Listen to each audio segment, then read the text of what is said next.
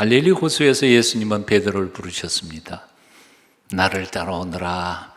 사람 낚는 어부가 되게 하리라. 이 말씀을 들은 지 3년 동안 그는 예수님의 뒤를 따라다니며 그의 말씀을 듣고 행하시는 기적을 보았습니다. 그리고는 새 세상이 금방 올 줄 알았습니다. 하지만 예수님은 갑자기 십자가에 못 박혀 돌아가셨고 사흘 만에 다시 부활하셔서 그들에게 나타나셨지만 육신의 몸으로 그들과 함께 계실 때처럼 언제나 그들 눈앞에 그렇게 함께 계신 것은 아니었습니다. 그래서 제자들이 예루살렘에서 갈릴리로 돌아간 어느 날 제자들은 서로 얼굴만 쳐다보며 낙심하고 있던 처에 베드로는 일어나 이렇게 소리쳤습니다. 나는 물고기 잡으러 가노라. 곁에 있던 제자들 6명도 우르르 따라 나섰습니다. 우리도 함께 가겠다. 주님을 만난 후에 그들은 더 이상 물고기 잡는 어부들이 아니었습니다. 사람을 얻어 천국을 세워갈 사명자들이었습니다. 그런데도 불구하고 그들은 이제 다시 물고기를 잡겠다고 갈릴리 바다로 나간 것입니다. 여기서 우리는 아주 중요한 가르침을 받습니다. 부활하신 예수님을 만났다고 우리가 갑자기 성자가 되는 것은 아니라는 사실입니다. 예수님을 믿는 즉시 옛날 버릇이 없어지거나 아니면 믿음이 저절로 자라는 것도 아니라는 사실입니다. 흙으로 빚어 깨지기 쉬운 질그릇 같은 우리는 예수님을 믿어도 여전히 헛거물질하던 세상 버릇을 완전히 버리지 못합니다. 부활하신 예수님을 만나고도 다시 갈릴리 바다로 나아간 베드로와 제자들처럼 엄청난 기적을 체험하며 애굽에서 탈출하고 메마른 광야에서도 만나와 생수를 마시면서도 기회만 있으면 원망하고 불평하고 애굽으로 돌아가려던 이스라엘 백성들처럼 우리 또한 예수님의 부활을 믿는다면서도 천국 영생을 믿는다 그러면서도 기회만 있으면 불평하고 원망하고 비난하고 남 탓하면서 자주 옛 생활로 돌아가 버리곤 합니다. 이런 연약함 때문에 우리에게는 날마다 순간마다 하늘로부터 내려주시는 하나님의 은혜가 필요합니다. 그 은혜를 얻기 위하여 우리는 끊임없이 매 순간 하나님 앞에 나아가 엎드려 기도해야 할 것입니다. 하나님이여 나를 살피사 내 마음을 아시며 나를 시험하사 내 뜻을 하옵소서. 내게 무슨 악한 행위가 있나 보시고 나를 영원한 길로 인도하소서. 여호와여 우리에게 은혜를 베푸소서. 우리가 주를 앙망하오니 주는 아침마다 우리의 판이 되시며 환난 때에 우리의 구원이 되소서. 여호와여 우리에게 은혜를 베푸소서. 우리가 주를 앙망하오니 주는 아침마다 우리 판이 되시며 우리 구원이 되소서.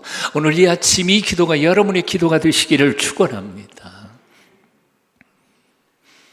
오늘 본문 3절은 이렇게 말합니다. 시몬 베드로가 나는 물고기 잡으러 가노라 하니 그들이 우리도 함께 가겠다 하고 나가서 배에 올랐으나 그날 밤에 아무것도 잡지 못하였더니 그날 밤 베드로가 모든 꿈과 미래를 포기해버린 바로 그날 밤, 그 밤은 낙담과 비극과 실패의 밤이었습니다. 예수님도 잊어버리고 사명도 잊고 옛 생활로 돌아가 보려고 했지만 아무것도 얻지 못한 절망의 밤이었습니다. 그날 밤에 아무것도 잡지 못하였더니 천국의 빛을 한 번이라도 맛본 사람은 썩을 세상에 정붙이고 살 수 없는 법입니다. 구원의 은총을 한 번이라도 체험한 사람은 세상 어떤 것으로도 위로를 받을 수 없는 법입니다. 사실 베드로가 고기 잡던 그 호수는 예전 그 갈릴리 호수 그대로였습니다. 그물도 예전에 던지던 그 그물이었고 배도 예전에 그 배였으며 고기 잡던 동지들도 예전에 함께 고기 잡던 친구들 그대로였습니다. 하지만 사람 낚는 어부로 부름받은 베드로에게는 더 이상 그물질은 아무런 의미가 없게 된 것입니다. 사명을 버리고 고기나 잡자 하고 간 그에게는 고기조차도 잡히지 않게 되었던 것입니다. 아마도 그 밤에 베드로는 예수님께서 하신 말씀이 기억났을 것입니다. 나는 포도나무여 너희는 가시니 그가 내 안에 내가 그 안에 있으면 사람의 열매를 많이 맺나니 나를 떠나서는 너희가 아무것도 할 수 없음이라. 나를 떠나서는 너희가 아무것도 할 수 없음이라. 밤새도록 고기를 잡으려고 노력했습니다. 사명도 있고 먹고 사는 현실에 몰두해보고 싶었습니다. 하지만 두 손에는 빈 그물만 남아 있었습니다. 이것이 바로 사명을 버리고 도망간 인생들의 현 주소입니다. 신학자 던칸은 이렇게 말했습니다. 내가 누렸던 평화로운 시간들, 그 추억은 아직도 달콤해. 그러나 이제는 아픈 공허뿐. 온 세상도 그것을 채우지 못하네. 베드로는 그날 밤에 잡히지도 않는 고기를 잡으려고 안간힘을 쓰며 헛그물질만 계속하고 있었습니다. 마치 참된 인생의 의미를 모르면서도 그저 행복해보겠다고 몸부림치면서 살아가는 수많은 인생들과 똑같이 말입니다. 사랑하는 여러분, 저와 여러분 혹시 요즘도 베드로처럼 인생의 헛그물질만을 계속하고 있지는 않습니까? 우리 자신을 돌아봐야 합니다. 우리 자신의 내면의 꿍심을 정직하게 들여다볼 수 있어야 합니다. 여호와께서 집을 세우지 아니하시면 세우는 자의 수고가 되며 여호와께서 성을 지키지 아니하시면 파수꾼의 경성함이 어서로다. 너희가 일찍이 일어나고 늦게 누우며 수고의 떡을 먹음이 헛되도다. 그러므로 여호와께서 그 사랑하시는 자에게는 잠을 주시는도다.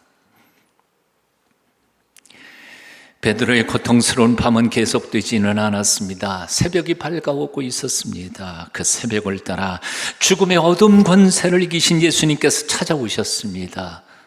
4절은 말씀합니다. 날이 새어갈 때에 예수께서 바닷가에 서셨으나 제자들이 예수신 줄을 알지 못하는지라. 우리 주님께서 피땀 흘려 기도하시는 겟세마네 동산에서 베드로는 쿨쿨 잠만 자고 있었습니다. 예수님께서 잡히시던 자리에서도 베드로는 주님을 3번씩이나 저주하면서까지 부인했습니다. 내가 나중에 돌이킨 후에 형제들을 굳게 하라, 그렇게 부탁하신 예수님의 말씀조차도 새까맣게 잊어먹은 채 굳게 해야 할 그 제자들을 끌고 가서 갈릴리 호수에서 밤새와 헛그물질을 하고 있었습니다. 그런데 예수님께서 바로 그런 베드로를 찾아오셔서 그 새벽에 바닷가에 서 계셨던 것입니다. 날이 새어갈 때에 예수께서 바닷가에 서셨으나 베드로는 주님을 잊었습니다. 하지만 주님은 그 베드로를 잊지 않으셨습니다. 베드로는 주님을 부인했습니다. 하지만 주님은 결코 베드로를 부인하지 않으셨습니다. 베드로는 주님을 버렸으나 주님은 베드로를 버리지 않으셨습니다. 바로 그분이 죽음을 이기시고 부활하셔서 오늘도 우리 예배 가운데 오시는 예수 그리스도, 그분이 바로 그분입니다. 사도 요한은 그 예수님의 사랑을 이렇게 노래했습니다. 예수께서 세상에 있는 자기 사람들을 사랑하시되 끝까지 사랑하시니라. 끝까지 사랑하시니라. 사도 바울도 이렇게 선포했습니다. 우리가 아직 죄인 되었을 때에 그리스도께서 우리를 위하여 죽으심으로 하나님께서 우리에게 대한 자기의 사랑을 확증하셨느니라. 주 예수님께서 죽으신 것도 우리 죄를 대속하기 위한 사랑 때문이었습니다. 주 예수님께서 다시 사신 것도 우리에게 영생을 선물하시기 위한 사랑 때문이었습니다. 오늘도 그 사랑 때문에 부활하신 주님께서 우리 가운데 오셔서 용기와 소망을 주시기 위해 찾아오시는 것입니다. 믿습니까? 우리 눈에는 보이지 않지만 부활하여 살아계셔서 영으로 오늘도 우리를 만나러 오시는 주님을 만날 수 있게 되기를 축원합니다. 그런데 오늘 4절 말씀을 보면 우리에게 슬픈 사실을 가르쳐주고 있습니다. 날이 새어갈 때 예수께서 바닷가에 서셨으나 제자들이 예수신 줄을 알지 못하는지라. 제자들이 예수신 줄 알지 못하는지라. 예수님이 안 계신 게 아니었습니다. 제자들이 보지 못할 뿐이었습니다. 불신의 눈, 슬픔에 가득 찬 눈, 미움이나 시기 질투심, 경쟁의 눈, 욕심의 눈으로는 우리를 회복시키시고 새롭게 하려고 오시는 부활의 주님을 알아볼 수 없겠기 때문이었습니다. 오늘도 부활하신 예수님을 바라볼 수 있는 사람은 오직 믿음의 눈을 뜬 사람에게만 보이는 겁니다. 사랑하는 여러분, 오늘 이 아침 여러분의 마음의 눈이 뜨이시기를 축원합니다. 신령한 눈을 열어서 그분을 만나고 그분을 마음속에 모셔드리고 지난 허물과 죄를 다 용서받고 그래서 온전한 자유만을 누리는 이 아침 되시기를 축원합니다. 밤새도록 한 마리도 잡지 못했던 제자들을 향하여 예수님께서는 이렇게 말씀하십니다. 배 오른편에 그물을 던져라. 그리고는 그물이 찢어질 만큼 풍성한 고기를 잡게 해주십니다. 솔직히 말하면 이 마당에 많은 고기를 잡는 것이 무슨 의미가 있겠습니까? 그 고기 팔아서 부자가 되겠습니까? 그 고기를 다 함께 나눠 먹겠습니까? 그럼에도 불구하고 예수님께서는 제자들이 밤새도록 헛수고한 것을 위로하기 위하여 깜짝 선물로 그것을 주신 것 같습니다. 그들의 불신을 혼내지 않으셨습니다. 오히려 그들의 헛된 수고에도 깜짝 선물을 내어주시는 예수님, 그분은 심판자이시기 전에 사랑의 하나님이셨습니다. 그분은 실로 양을 위해 당신이 기꺼이 죽으시는 사랑의 목자이셨습니다. 공의를 먼저 이루기를 원하시는 분이 아니라 양떼들의 상처와 아픔을 먼저 싸매주시는 사랑의 하나님이셨습니다. 그래서 153마리의 물고기는 단순한 물고기가 아니라 제자들을 사랑하시는 예수님의 사랑의 표현이셨습니다. 제자들의 지난 허물과 잘못을 용서하시는 용서의 표이시기도 하셨습니다. 그러므로 사랑하는 여러분, 오늘 이 아침 부활하신 예수님 앞에 지난 모든 허물과 잘못과 죄책감 다 내려놓으십시오. 예수님은 사랑이십니다. 내가 나를 용서할 수는 없을지 몰라도 예수님만큼은 다 용서하실 수 있는 분이십니다. 우리의 죄를 대신 짊어지시고 죽으신 화목제물이십니다. 죽어도 사랑, 살아도 사랑. 오직 우리를 사랑하기 때문에 죽었고 다시 사신 사랑의 하나님 예수 그리스도께서 오늘 여러분 심령에 큰 기쁨 주시기를 축원합니다. 살아서 사랑, 죽어서 구원, 묻혀서 내 죄를 담당하사 부활로 우리를 구하신 예수, 다시 오시리 영광의 그날. 찬송가 168장 후렴입니다. 예수님의 사랑이 가장 아름답게 표현된 오늘 말씀 본문 9절 이하입니다. 여러분 같이 한번 읽어보실까요? 함께 읽어봅니다. 시작. 육지에 올라오니 숯불이 있는데 그 위에 생선이 놓였고 떡도 있더라. 예수께서 이르시되 지금 잡은 생선을 좀 가져오라 하시니 예수께서 이르시되 와서 줘봐 먹으라 하시니 제자들이 주님이신 줄 아는 거로 당신이 누구냐 감히 묻는 자가 없더라. 밤새워서 근무하고 탈진한 몸으로 귀가한 자식들을 위하여 따끈한 아침을 차려놓으시는 자상한 어머니처럼 예수님은 그렇게 숯불을 피우시고 생선을 굽고 떡을 준비하셨습니다. 사로잡은 생선도 가져오라 하시고 그것을 굽고는 와서 조반 먹어라 당신의 식탁에 초대하십니다. 둘러앉은 제자들을 위해서 분주하게 식사, 서빙까지도 하십니다. 13절입니다. 예수께서 가셔서 떡을 가져다가 그들에게 주시고 생선도 그와 같이 하시니라. 오늘 그 사랑의 예수님을 만나실 수 있기를 축원합니다. 그래서 참된 용기와 담력을 얻고 안식을 얻고 일어서서 힘차게 세상으로 나아가시기를 축원합니다. 맥스 루케이도가 쓴, 저는 참 맥스 루케이도를 너무 좋아해요. 책 많이 썼어요. 또 다른 책이 한 권 있습니다. 제목조차 마음에 들어요. 하나님, 저도 고치실 수 있나요? 한번 따라해 보실래요? 하나님, 저도 고치실 수 있나요? 책 제목이 너무 좋아요. 며칠 읽어드립니다. 선수 차린 아침 식사 자리로 베드로를 초대하신 것이다. 생선이 지글지글 익고 빵에서 모락모락 김이 피어오르던 순간, 바로 그 순간에 지옥에 무릎을 꿇린 천국의 주인께서 친구들에게 앉아 먹으라고 권하셨다. 이 권유가 누구보다 고마웠던 사람은 베드로였으리라. 사탄이 미끼를 얼씨구나 물었던 죄인이 하나님의 선이 내미는 빵을 받아 먹고 있다.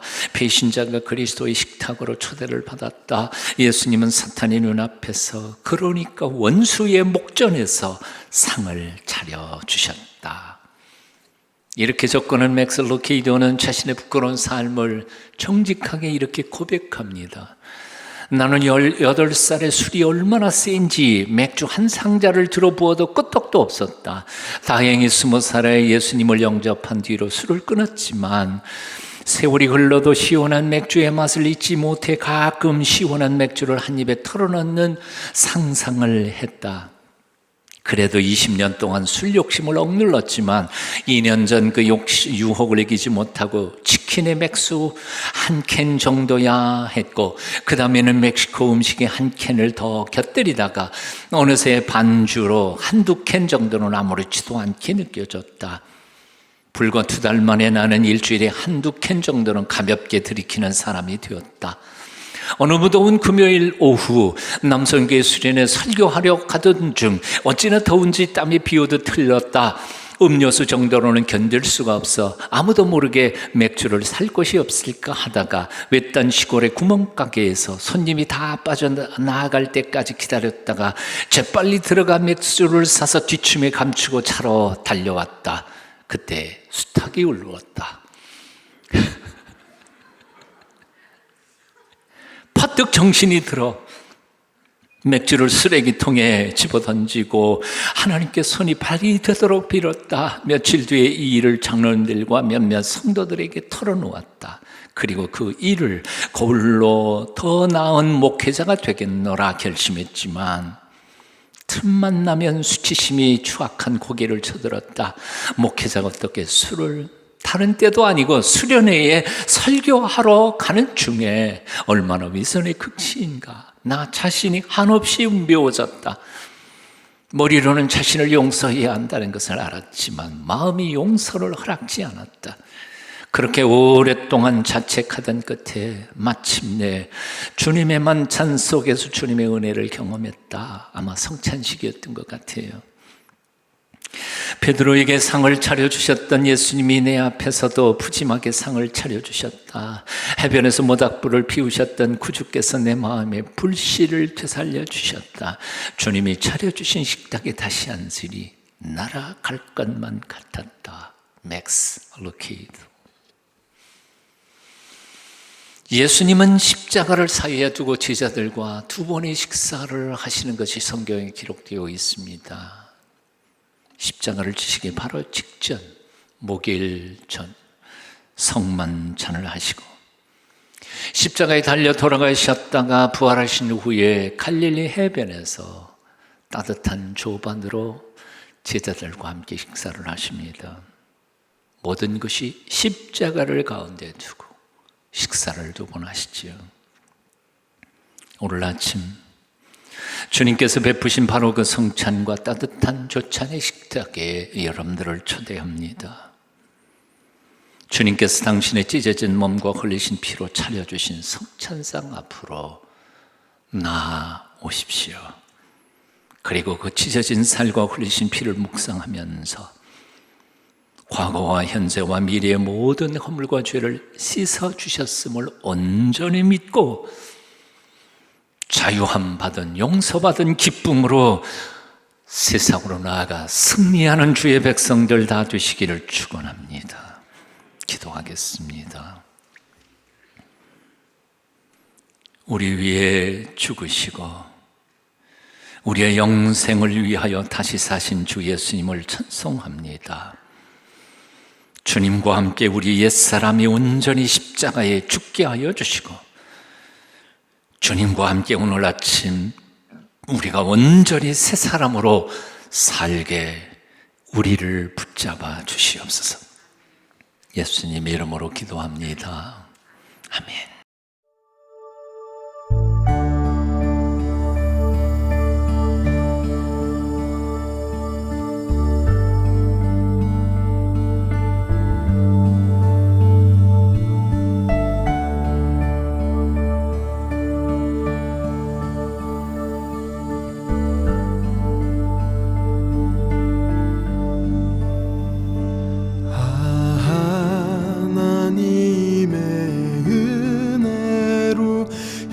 있을 데 없는 자 왜 구속하여 주는지 난 알 수 없도다. 내가 믿고 또 의지함은 내 모든 형편 잘 아는 주님 돌보아 주실 것을 나는 확실히 아네. 왜 내게 굳센 믿음과 또 복음 주셔서 내 맘이 항상 편한지 난 알 수 없도다. 내가 믿고 또 의지함은 내 모든 형편 잘 아는 주님 늘 돌보아 주실 것을 나는 확실히 아네.